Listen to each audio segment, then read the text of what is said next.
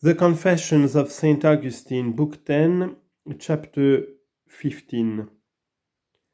But whether by images or no, who can readily say?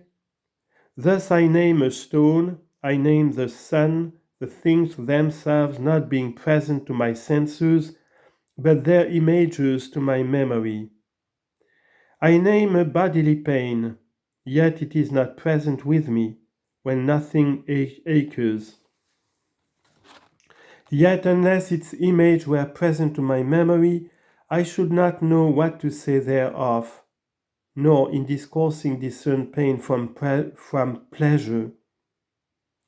I name bodily health, being sound in body, the thing itself is present with me. Yet unless its image also were present in my memory, I could by no means recall what the sound of this name should signify. Nor would the sick, when health were named, recognize what were spoken, unless the same image were by the force of memory retained, although the thing itself were absent from the body. I name numbers whereby we number, and not their images, but themselves are present in my memory. I name the image of the sun, and that image is present in my memory. For I recall not the image of its image, but the image itself is present to me, calling it to mind.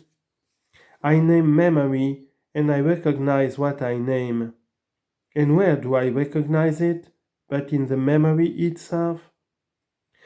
Is it also present to itself by its image, and not by itself?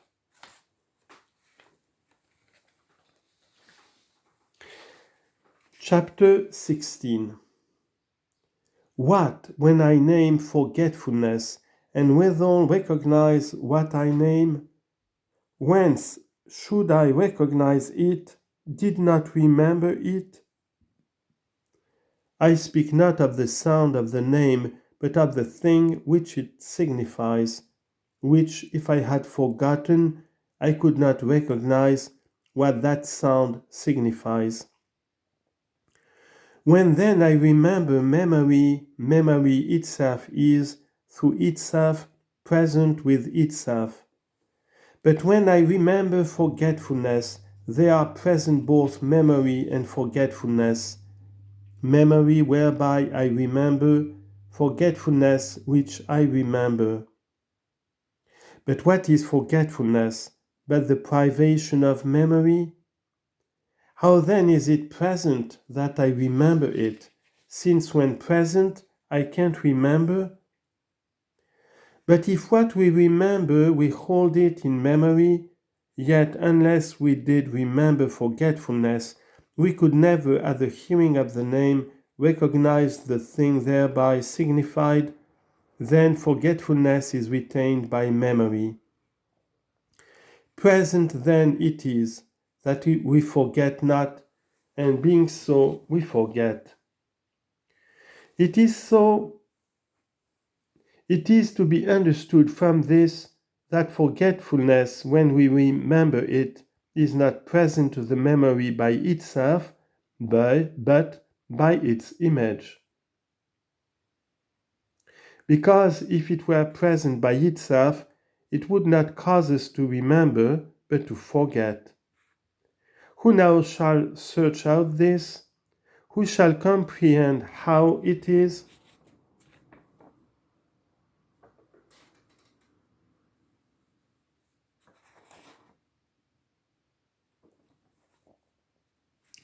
Lord, I truly toil therein, yea, and toil in myself. I am become a heavy soil, requiring overmuch sweat of the brow. For we are not now searching out the regions of heaven, or measuring the distances of the stars, or enquiring the balancings of the earth. It is I myself who remember, I, the mind. It is not so wonderful if what I myself am not be far from me. But what is near to me than myself? And too, the force of mine own memory is not understood by me. Though I can't so much as name myself without it. For what shall I say when it is clear to me that I remember forgetfulness? Shall I say that that is not in my memory which I remember? Or shall I say that forgetfulness is for this purpose in my memory, that I might not forget? Both were more absurd. What third way is there?